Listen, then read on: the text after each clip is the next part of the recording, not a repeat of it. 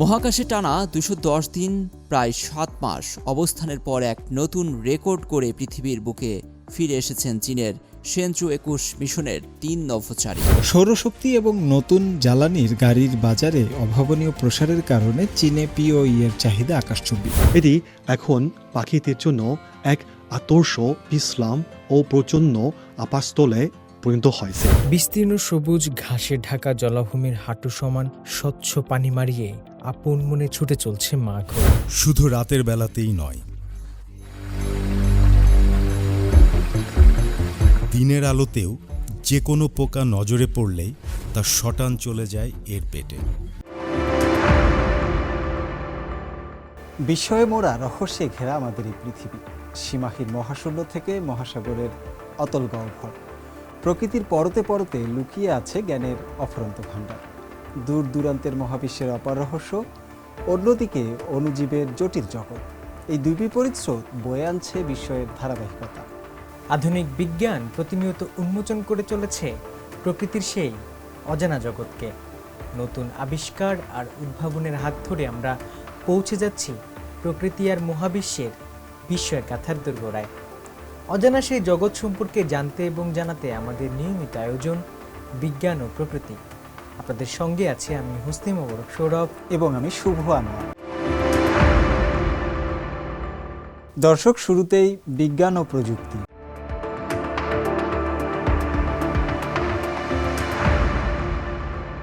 অনন্ত মহাকাশের সীমা পেরিয়ে মানব সভ্যতা কি একদিন গড়ে তুলবে নতুন কোনো বসতি? বিজ্ঞানের কল্পকাহিনীর মতো শোনানো এই চিরন্তন কৌতূহলের উত্তর খুঁজতে এবার এক যুগান্তকারী ও ঐতিহাসিক মাইলফলক স্পর্শ করল চীন। মহাকাশে টানা ২১০ দিন অবস্থানের এক অনন্য রেকর্ড গড়ে সম্পূর্ণ সুস্থ শরীরে পৃথিবীর বুকে ফিরে এসেছে চীনের শেনচু-২১ মিশনের ৩ নভোচারী। সঙ্গে এনেছেন কৃত্রিম মানব ভ্রূণ সহ ৪১ কেজিরও বেশি মহামূল্যবান বৈজ্ঞানিক নমুনা। মহাকাশের ভরশূন্য বা অতি ক্ষুদ্র মহাকর্ষণ পরিবেশ মানুষের শরীরের উপর, বিশেষ করে মানব ভ্রূণের বিকাশের উপর ঠিক কী ধরনের প্রভাব ফেলে? চিকিৎসা বিজ্ঞানের ইতিহাসের অন্যতম কৌতূহলী উদ্দীপক এই প্রশ্নের উত্তর খুঁজতে এক ঐতিহাসিক মিশন সফল করল চীন। মহাকাশে টানা ২১০ দিন প্রায় ৭ মাস অবস্থানের পর এক নতুন রেকর্ড করে পৃথিবীর বুকে ফিরে এসেছেন চীনের শেনচু-২১ মিশনের ৩ নভোচারী। ফেরার সময় তারা সঙ্গে করে নিয়ে এসেছেন বিজ্ঞানীদের অধীর আগ্রহে প্রতীক্ষিত কৃত্রিম মানব ভ্রূণসহ মহাকাশে উৎপাদিত অত্যন্ত মূল্যবান ৪১ কেজিরও বেশি বৈজ্ঞানিক নমুনার এক বিশাল ভাণ্ডার। চীনের মহাকাশ সংস্থা এই মিশনটিকে সম্পূর্ণ সফল বলে ঘোষণা করেছে। শেনচু-২১ মিশনের ৩ নভোচারী চাং লু, ও ফেই এবং চাং হোংচাং শেনচু-২২ নামক আরেকটি মহাকাশ যানে চড়ে উত্তর চীনের ইনার মঙ্গোলিয়ার তোংফেং ল্যান্ডিং সাইটে নিরাপদে অবতরণ করেন। চীনের নিজস্ব স্পেস স্টেশনে একক কোনো ক্রু বা দলের হিসেবে এটি এখন পর্যন্ত দীর্ঘতম সময় অবস্থানের রেকর্ড। বেইজিং সময় সন্ধ্যা ৭টা ২০ কন্ট্রোল সেন্টার থেকে অবতরণের নির্দেশ দেওয়ার পর মূল মহাকাশযানটি ধাপে ধাপে আলাদা হয়ে রাত ৮টা ১১ ভূপৃষ্ঠে স্পর্শ করে। রাত ৮টা ৫৯ মধ্যে ৩ নভোচারী সম্পূর্ণ সুস্থ শরীরে ক্যাপসুল থেকে বেরিয়ে আসেন। দীর্ঘ ৭ মাস মহাকাশের ভরহীন পরিবেশে থাকায় নভোচারীদের হাড় ও পেশি পৃথিবীর স্বাভাবিক মধ্যাকর্ষণের সাথে খাপ খাইয়ে নিতে সমস্যা হয়। তাই ক্যাপসুল থেকে নামানোর পর তাদের সরাসরি একটি বিশেষ মেডিকেল ও হেলথ সুপারভিশন গাড়িতে নিয়ে যাওয়া হয়। নভোচারীরা ক্যাপসুলের ভেতরে থাকা অবস্থাতেই আমরা তাদের মধ্যাকর্ষণ রিঅ্যাডাপ্টেশন বা মানিয়ে নেয়ার প্রক্রিয়া শুরু করি। বিশেষ এই গাড়ির ভেতরে আমাদের শরীরকে পৃথিবীর টানের সাথে খাপ খাওয়াতে এবং দ্রুত সুস্থ করে তুলতে ৯টি ক্যাটাগরিতে প্রায় ৩০টি স্বাস্থ্যগত প্রক্রিয়া সম্পন্ন করা হয়। সেখানেই তাদের শারীরিক পরীক্ষা, মাইক্রো অর্গানিজম টেস্ট এবং রাতের খাবার দেয়া হয়। এরপর পরিস্থিতি বুঝে হেলিকপ্টারে করে তাদের মূল কেন্দ্রে স্থানান্তর করা হয়। চীনা একাডেমি অব সায়েন্সের প্রকৌশলী সান চংচিয়ান জানান, সেনচু 22 মহাকাশযানটি 23টি ভিন্ন বৈজ্ঞানিক প্রকল্পের মোট 41.14 কেজি ওজনের নমুনা পৃথিবীতে নিয়ে এসেছে। মাইক্রোগ্র্যাভিটি, পদার্থবিদ্যা, মহাকাশ সামগ্রী বিজ্ঞান, অ্যারোস্পেস মেডিসিন এবং স্পেস লাইফ সায়েন্সের মতো গভীর গবেষণার ফল এগুলো। শান চংচিনের ভাষায়, এখানে ফিরে আসা প্রতিটি কিলোগ্রাম ব্যবস্থাপনাই বিজ্ঞানীদের কাছে অত্যন্ত মূল্যবান। এর মধ্যে সবচেয়ে আলোড়ন সৃষ্টি করেছে লাইফ সায়েন্স বা জীবন বিজ্ঞান শাখার 9টি প্রকল্পের জৈবিক নমুনাগুলো, যার মধ্যে অন্যতম হল কৃত্রিম মানব ভ্রূণ। মহাকাশে থাকাকালীন নভোচারীরা সফলভাবে কৃত্রিম ভ্রূণগুলোর জৈবিক কার্যকারিতা এবং স্থিতিশীল রূপ ধরে রাখতে সক্ষম হয়েছেন। এখন পৃথিবীর ল্যাবরেটরিতে এগুলোর ওপর গভীর বায়োলজিক্যাল অ্যানালাইসিস বা জৈবিক বিশ্লেষণ চালানো হবে। বিজ্ঞানীরা মূলত দেখতে চান মাতৃগর্ভে সন্তান যেভাবে বেড়ে ওঠে, মহাকাশের তেজস্ক্রিয়তায় ও মধ্যাকর্ষহীন পরিবেশে মানুষের কৃত্রিম ভ্রূণের ক্ষেত্রে সেই বৃদ্ধি কেমন হয়। গবেষকদের মতে এই গবেষণার ফলাফল শুধু চিকিৎসা বিজ্ঞানের নতুন দিগন্তই উন্মোচন করবে না, বরং দূর ভবিষ্যতে গভীর মহাকাশে বা অন্য কোনো গ্রহে মানুষের স্থায়ীভাবে বসবাস এবং বংশবৃদ্ধির সম্ভাবনার ক্ষেত্রে এক মজবুত ভিত্তিশিলা স্থাপন করবে। লুৎফর কবির, সিএমজি বাংলা। বিশ্বজুড়ে পরিবেশবান্ধব প্রযুক্তি ও নবায়নযোগ্য শক্তির যে বিপ্লব চলছে, তার নেপথ্যের আসল চালিকা শক্তি হলো কিছু উচ্চ প্রযুক্তির আধুনিক কাঁচামাল। এমনই এক বহুমুখী ও অমূল্য উপাদানের নাম পলিওফেলিন ইলাস্টোমার্স বা সংক্ষেপে পিওই। প্লাস্টিকের সহজ প্রক্রিয়াকরণ যোগ্যতা এবং রবারের মতো চমৎকার স্থিতিস্থাপকতার এক অপূর্ব সংমিশ্রণ এই পদার্থ। বিশ্বজুড়ে পরিবেশবান্ধব প্রযুক্তি ও নবায়নযোগ্য শক্তির যে বিপ্লব চলছে, তার অন্যতম চালিকা শক্তি হল উচ্চ প্রযুক্তির কাঁচামাল। এর মধ্যে অন্যতম একটি উপাদানের নাম পলিওলেফিন ইলাস্টোমার্স বা সংক্ষেপে পিওই। অত্যন্ত মূল্যবান ও বহুমুখী ব্যবহারের কারণে শিল্প জগতে একে ডাকা হয় ইন্ডাস্ট্রিয়াল গোল্ড বা শিল্প সোনা নামে। এতকাল এই বিশেষ উপাদানের জন্য আমদানির উপর নির্ভরশীল থাকলেও এবার সম্পূর্ণ নিজস্ব প্রযুক্তিতেই পিওই উপাদানের মাইলফলক ছুঁয়েছে চীন। বিশ্বের বৃহত্তম তেল শোধনাগার এবং চীনের শীর্ষস্থানীয় বিমান জ্বালানি উৎপাদনকারী প্রতিষ্ঠান চায়না পেট্রোকেমিক্যাল কর্পোরেশন সম্প্রতি জানিয়েছে, উত্তর চীনের থিয়ানচিন পৌরসভায় দেশটির সম্পূর্ণ দেশীয় প্রযুক্তির চেইন ভিত্তিক সলিউশন প্রসেস পিওই ইন্ডাস্ট্রিয়াল প্ল্যান্টে পরীক্ষামূলক উৎপাদন শুরু হয়েছে। সিনোপেকের মতে এই প্ল্যান্টটি চালু হওয়ার ফলে চীনে আমদানিকৃত কাঁচামালের উপর নির্ভরতা কমবে, বিশেষ করে ফটোভোল্টাইক শিল্পের মতো কৌশলগত উদীয়মান খাতগুলোর জন্য এই প্রয়োজনীয় উপাদানটি এখন দেশেই মিলবে। পিওই হলো এমন একটি উচ্চ ক্ষমতাসম্পন্ন প্লাস্টিক উপাদান যা একদিকে প্লাস্টিকের মতো সহজে যে কোনো ছাঁচে ঢালাই করা যায়, আবার অন্যদিকে রবারের মতো উচ্চ স্থিতিস্থাপক বা নমনীয়তা গুণ সম্পন্ন। এটি মূলত সৌরবিদ্যুতের ফটোভোল্টাইক মডিউল তৈরি, গাড়ির ওজন কমাতে হালকা ওজনের অটোমোবাইল যন্ত্রাংশ তৈরি এবং উচ্চমানের আধুনিক প্যাকেজিং বা মোড়ক তৈরির প্রধান খাতে অপরিহার্য উপাদান হিসেবে ব্যবহৃত হয়। আমাদের এই প্ল্যান্টে সম্পূর্ণ নিজস্ব প্রযুক্তিতে তৈরি সলিউশন প্রসেস পিওই প্রযুক্তি এবং মেটালোসিন ক্যাটালিস্ট ব্যবহার করা হয়েছে। একই সাথে আমরা দেশীয় স্বয়ংক্রিয় নিয়ন্ত্রণ ব্যবস্থা ব্যবহার করেছি, যা নিশ্চিত করে যে উৎপাদন প্রক্রিয়ার প্রতিটি যন্ত্রপাতি শতভাগ চীনে তৈরি। সৌরশক্তি এবং নতুন জ্বালানির গাড়ির বাজারে অভাবনীয় প্রসারের কারণে চীনে পিওই এর চাহিদা আকাশচুম্বী। সরকারি তথ্য অনুযায়ী 2021 সালে চীনে পিওই এর ব্যবহার ছিল 6,40,000 টন, যা 2025 সালে এসে দাঁড়ায় 11,10,000 টনে, অর্থাৎ প্রতি বছর গড়ে 14.7% হারে এর বাজার বড় হয়েছে, যা চীনকে বিশ্বের বৃহত্তম পিওই ব্যবহারকারী বাজারে পরিণত করেছে। কিন্তু অত্যন্ত জটিল ও উচ্চ প্রযুক্তিগত বাধার কারণে চীন দীর্ঘদিন ধরে এই উপাদানটির জন্য বিদেশের উপর নির্ভরশীল ছিল।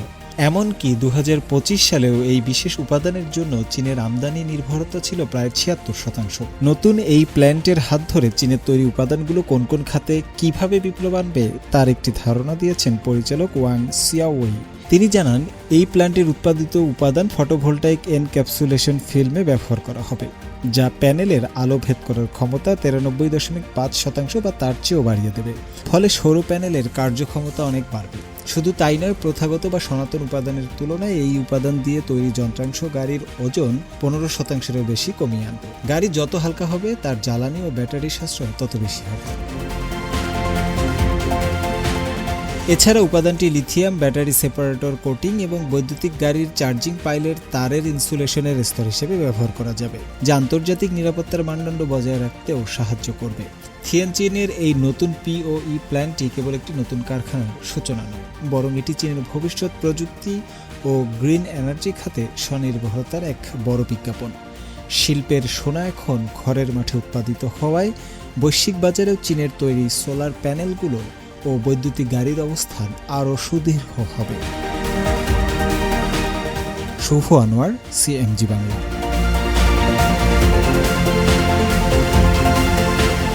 দর্শক, এবার প্রাণ ও প্রকৃতি।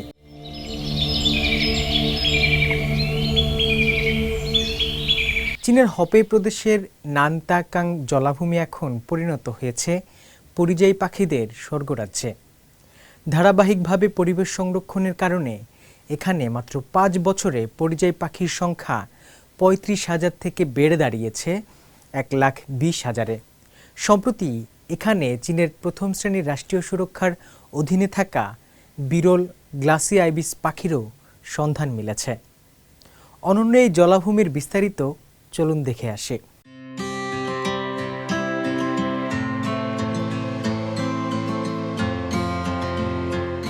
চীনের নানদাগাং জলাভূমিটি উত্তরাঞ্চলীয় হেবি প্রদেশে অবস্থিত।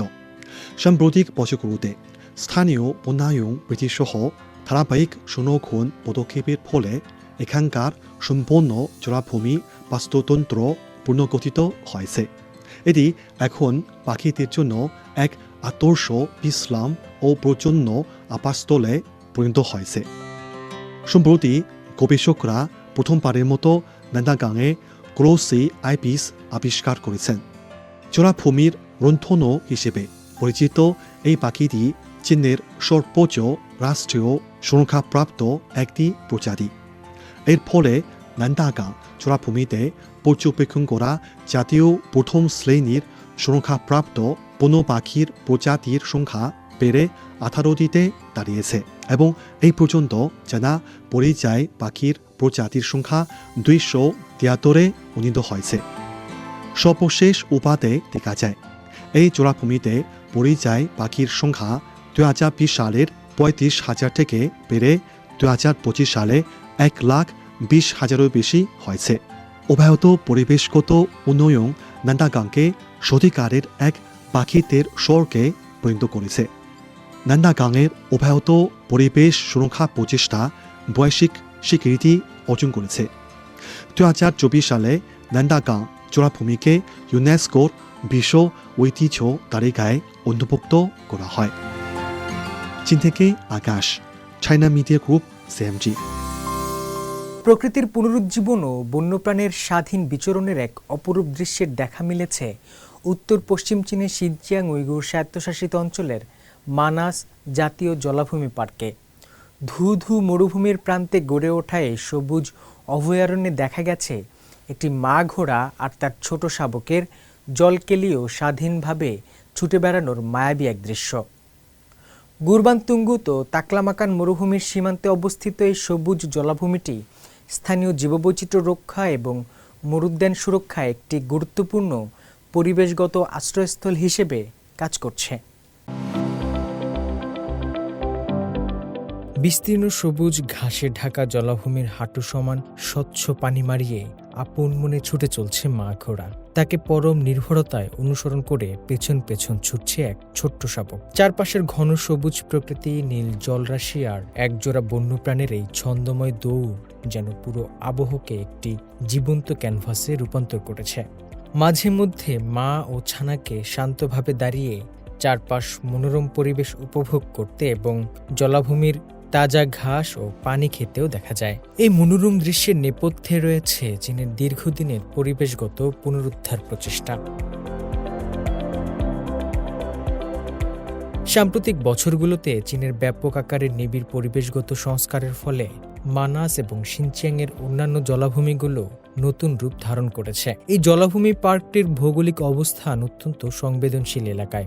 এটি মূলত গুরবানতুঙ্গুত মরুভূমি এবং তাকলামাকান মরুভূমির সীমান্তের কাছাকাছি অবস্থিত। ফলে শুষ্ক ও রুক্ষ মরুভূমির ঠিক পাশেই এই আর্দ্র জলাভূমিটি স্থানীয় বন্যপ্রাণীদের জন্য একটি অত্যন্ত গুরুত্বপূর্ণ পরিবেশগত আশ্রয়স্থল হিসেবে কাজ করছে।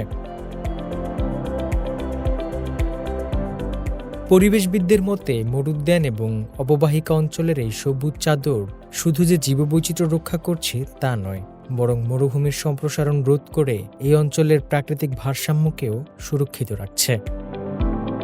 হুসনে মোবারক সৌরভ, সিএমজি বাংলা।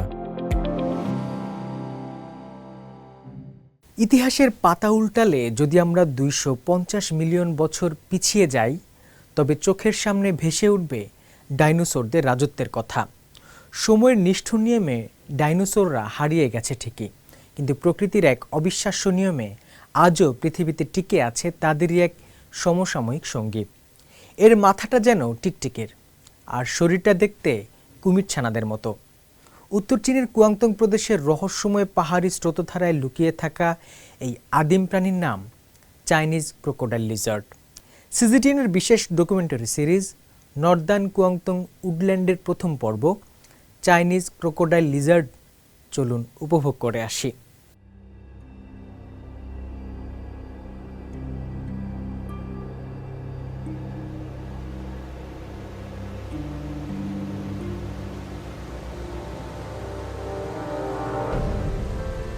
উত্তর চীনের কোয়াংতং প্রদেশের পাহাড়ি স্রোতধারায় লুকিয়ে আছে এমন এক প্রাচীন প্রাণী যা শরণাতীত কাল থেকে বিদ্যমান। এর নাম চাইনিজ ক্রোকোডাইল লিজার্ড। সরীসৃপ এই প্রাণীটির মাথা দেখতে অনেকটা টিকটিকির মতো এবং শরীরের অংশটা যেন কুমিরের। একসময় ডাইনোসরদের পাশাপাশি পৃথিবীতে বিচরণ করত এই জীবন্ত জীবাশ্ম, যার বয়স বর্তমানে প্রায় 250 মিলিয়ন বছর। আদিম সরীসৃপদের উৎপত্তি ও বিবর্তনের রহস্য উন্মোচনে এই জীবন্ত জীবাশ্মটির বৈজ্ঞানিক গুরুত্ব অপরিসীম।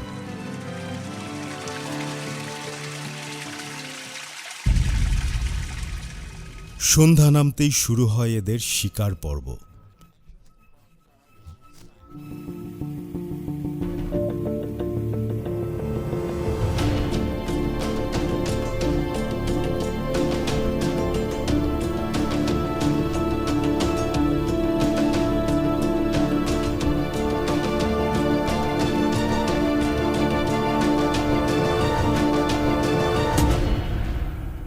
নিখুঁত নিশানা আর ক্ষিপ্র গতিতে একটি ফড়িংকে সে রাতের খাবারে পরিণত করেছে।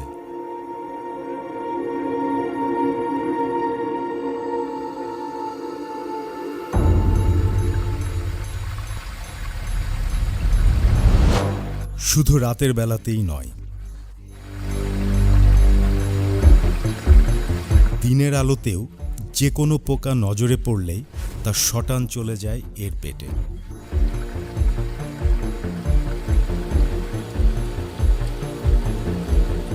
এমনকি বৃষ্টির দিনেও এদের ভুঁড়িভোজ থেমে থাকে না।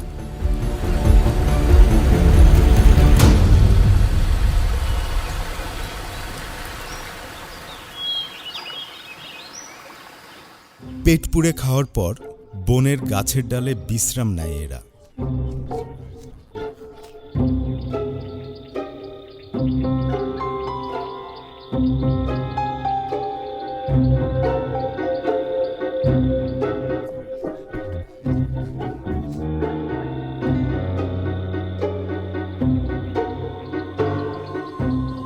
চারপাশের বন্য প্রতিবেশীদের আনাগোনা কিংবা ধাক্কাধাক্কিতেও এদের পরম শান্তিতে কোনো ব্যাঘাত ঘটে না।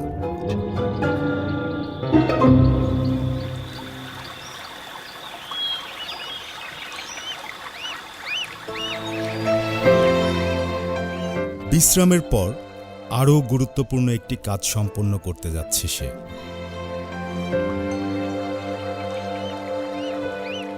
এখন যেহেতু একজন ভালোবাসার সঙ্গীর দেখা মিলেছে,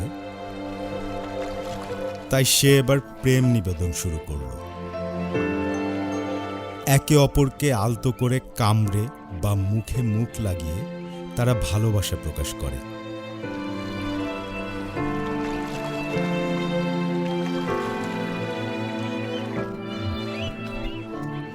এরপর জলাধারের কোল ঘেঁষেই সম্পন্ন হয় তাদের মিলন।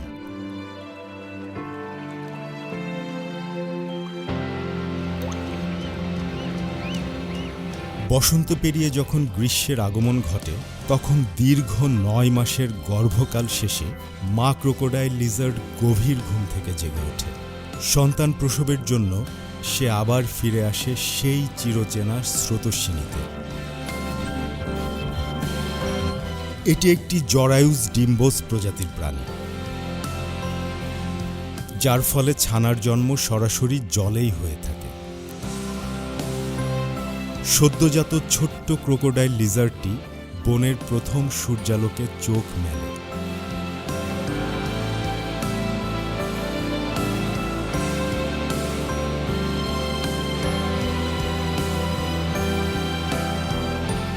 জীবনের প্রথম পদক্ষেপ নেয় এবং অরণ্যের বিশুদ্ধ বাতাসে প্রথম শ্বাস গ্রহণ করে।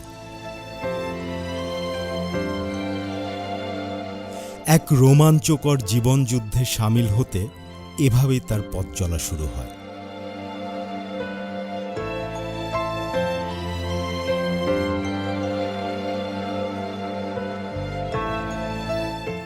দর্শক, সামনে অপেক্ষা করছে আরও বহু বিষয় আর না বলা কথা।